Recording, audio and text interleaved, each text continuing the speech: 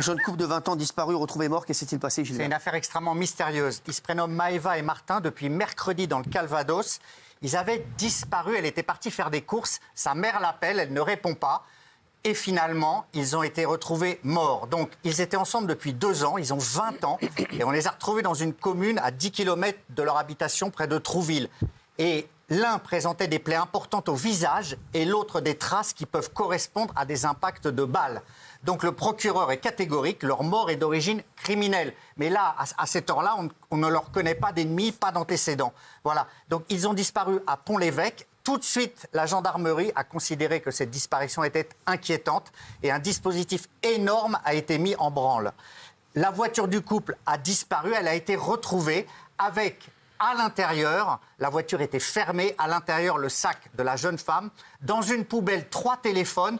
Or, ils avaient chacun un téléphone, n'avaient pas de téléphone professionnel. Donc, on se demande à qui appartient le 3e téléphone. Donc, on retrouve la voiture et quelques temps après, on retrouve les 2 corps. Pour le moment, le parquet de Caen ne connaît pas les circonstances et il cherche une personne, un suspect qui, pour le moment, n'a pas été retrouvé afin de lever ce mystère incroyable. Merci Gilles Vernet. Juste, Fabien Lecoeuf, Sarah Perchetti-Amo, ça veut dire quoi? Pourquoi je t'aime? Ouais, alors, je vais vous dire, il y a Mathieu Delormeau qui m'écrit, un ami. Sarah Perchetti-Amo n'est pas du tout... Il ne faut pas du tout dire pourquoi tu m'aimes. La définition, c'est ça doit être pour ça que je t'aime. D'où le début de la chanson. Oui, il a raison, c'est bizarre, je ressens quelque chose. J'avais plus confiance en lui qu'en vous. Merci. Ah bah, vous avez bien fait. Merci. Marseille, un chauffeur de bus grièvement blessé à coups de batte de baseball. Pourquoi? Pourquoi? Ça, c'est une bonne question. Je ne sais pas si on aura la réponse. C'était effectivement jeudi dernier à Marseille. Un chauffeur de bus qui demande à un passager du bus d'arrêter de fumer une cigarette, ce qui paraît assez normal. Il le demande à plusieurs reprises et en fait, le passager ne réagit pas tout de suite. Et puis, arrivé au terminus du bus, il se précipite sur le chauffeur avec une batte de baseball, le frappe. Le chauffeur tombe par terre et continue à le frapper. Et le pauvre chauffeur a été emmené à l'hôpital avec un traumatisme crânien. N'importe quoi, c'est n'importe quoi. Non, mais vraiment, du coup, d'ailleurs, il y a une... Qu'est-ce qu'il y a comme abruti? Les chauffeurs se sont retirés, les lignes ont été... Ils ont bien fait, évidemment. Bien sûr. Et on est avec eux, on pense fort, à la famille du chauffeur et aux chauffeurs de bus, qui vivent des moments compliqués à cause d'abrutis pareils. Cyril Lignac, qui vend son restaurant, alors, rien à voir. Oui. Ah, je suis pas au courant. Oui, c'est par là. Il vend son restaurant, mais alors, c'est pas n'importe quel restaurant. C'est par là, il a dit. C'est son premier restaurant qui s'appelle Ischia. Et qui avait changé de nom, mais qu'il avait ouvert en 2000. Voilà, son premier restaurant qui avait obtenu une étoile Michelin en 2007. Alors, il vend son restaurant, il vend le fonds de commerce, c'est le nom de la marque, et il vend ça à un chef italien qui s'appelle Denis Ambroisi. Voilà, le deal a été finalisé mardi. Et cette personne n'est pas n'importe qui, puisqu'il est en couple avec une ancienne danseuse de Danse avec les stars.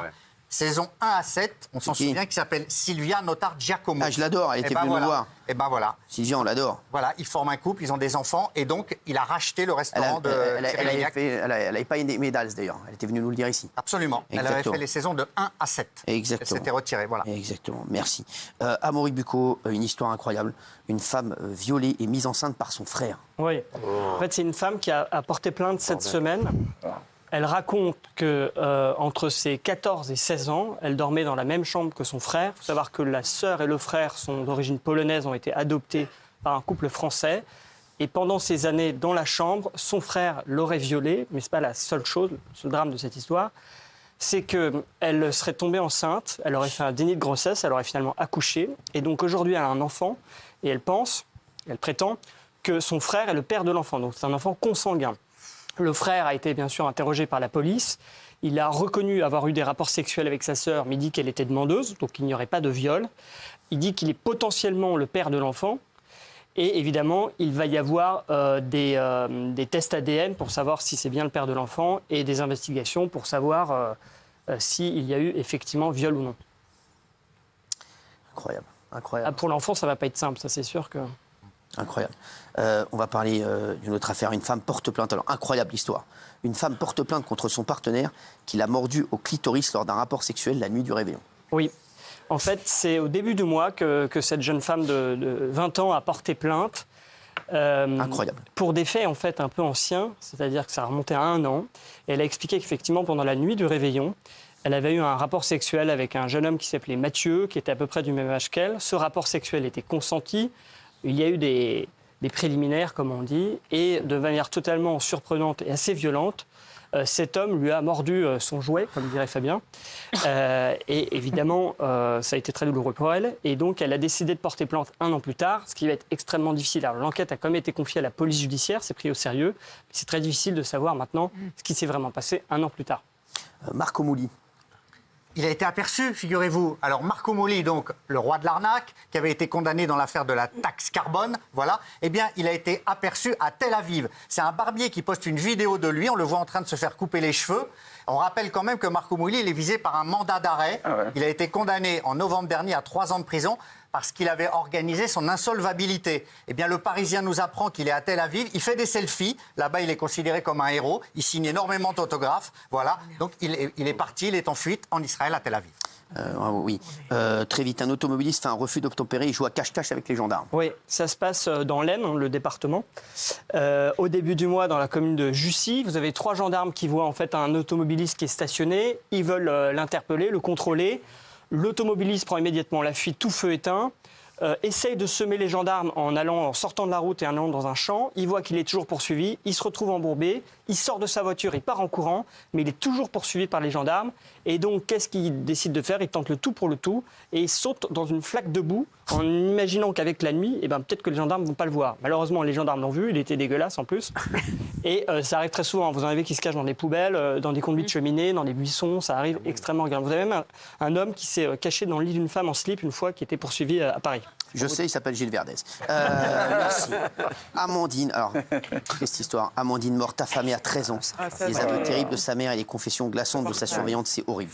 Oui, c'était jugé en fait cette semaine à la cour d'assises de Montpellier. Une mère de 54 ans qui s'appelle Sandrine est accusée d'avoir frappé, maltraité et affamé sa fille qui s'appelle Amandine, qui est seulement âgée de 13 ans.